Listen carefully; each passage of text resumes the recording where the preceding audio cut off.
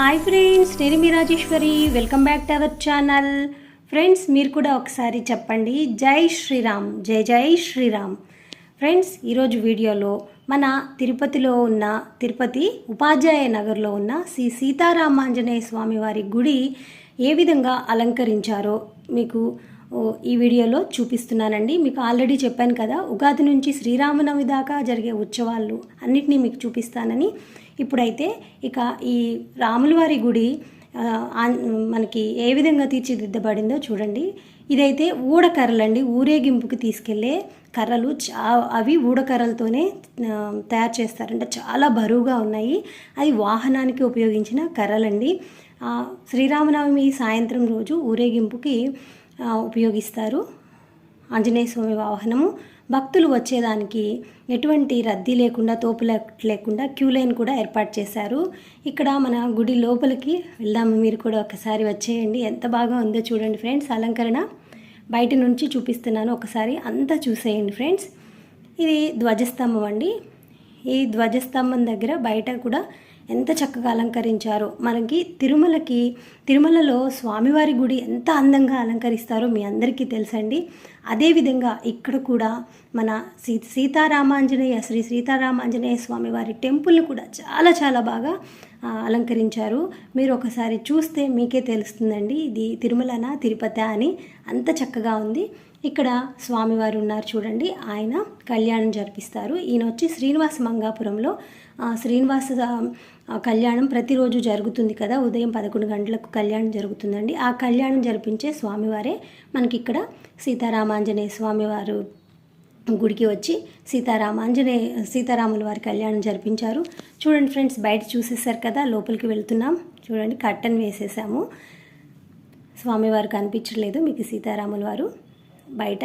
చూడండి ఫ్రెండ్స్, రాముల వారికి ఎదురుగా ఆంజనేయ స్వామి వారి టెంపుల్ అండి ఇది. ప్రతి చోట కూడా చాలా అందంగా, ఎటువంటి ప్లాస్టిక్ పూలు లేకుండా ఫ్రెష్గా ఉన్న పూలను చక్కగా అలంకరించారు. చాలా చాలా కన్నులకి మీకే ఇంత బాగా అనిపిస్తుంది కదా, చూడటానికి 2 కళ్ళు చాలట్లేదు కదా ఫ్రెండ్స్. ఇది లోపల రాముల వారి గుడి అండి. లోపల ఉన్న స్వామిని చూస్తే బయటే ఎంత అందంగా అలంకరించారు.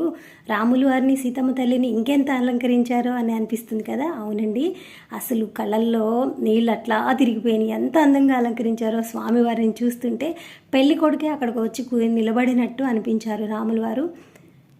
పెళ్లి కూతురు, పెళ్లి కొడుకు అక్కడే నిలబడి పెళ్లి చేసుకున్నంత ఆనందంగా అనిపించింది. ఎంత అందంగా ఉన్నారో అసలు 2 కళ్ళు చాలవండి. మనకి లోపలికి వచ్చేటప్పుడు కుడివైపు వినాయకుడు,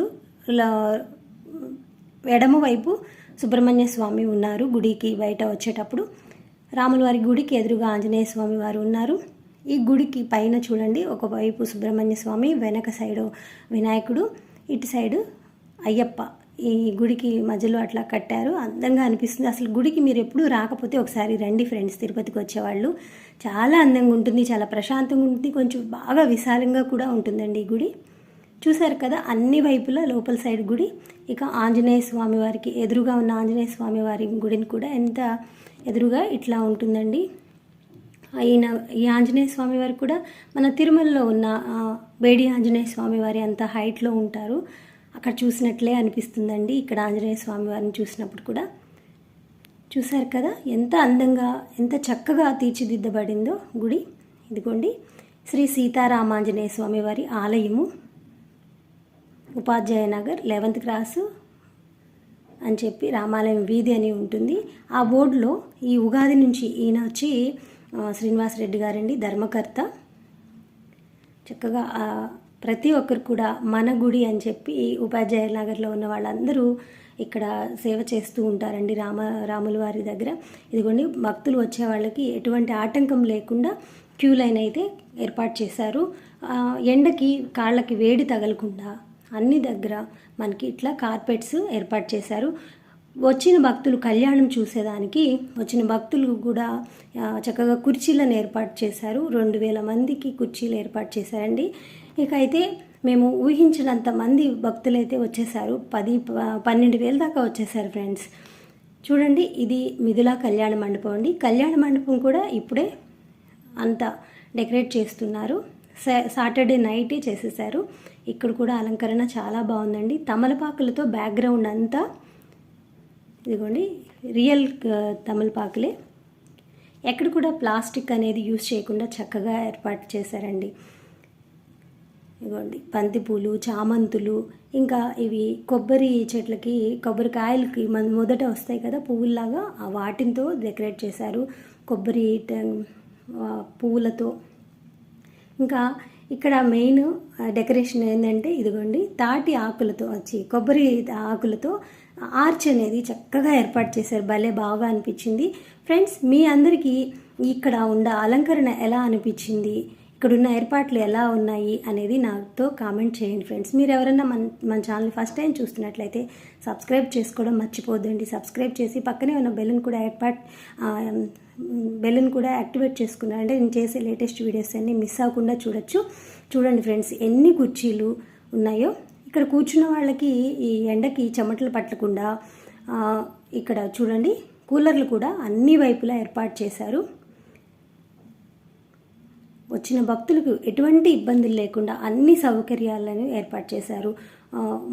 ఎండ వేడికి తట్టుకోలేకుండా ఉండే వాళ్ళకి చల్లటి నీళ్లను ఏర్పాటు చేశారు, కూలర్స్ని ఏర్పాటు చేశారు.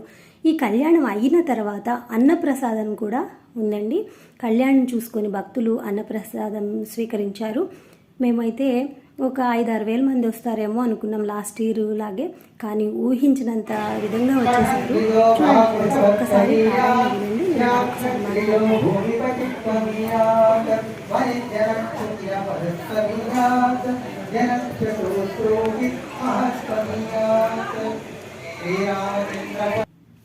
చూడండి ఫ్రెండ్స్, మేము ఉగాది నుంచి శ్రీరామనవమి దాకా మనం శ్రీరామనవమి దాకా సుందరకాండ పారాయణ చేస్తూ ఉన్నామండి. ఆ సుందరకాండ పారాయణ 8వ రోజు మీకు చూపించాను. ఇక చూశారు కదా ఫ్రెండ్స్, మరొక వీడియోలో కళ్యాణాన్ని ఇంకా పట్టాభిషేకాన్ని మరొక వీడియోలో చూపిస్తాను. ఈ వీడియో నచ్చిందనుకుంటే లైక్ చేయండి, షేర్ చేయండి, సబ్స్క్రైబ్ చేయడం అస్సలు మర్చిపోవద్దు. జై శ్రీరామ్.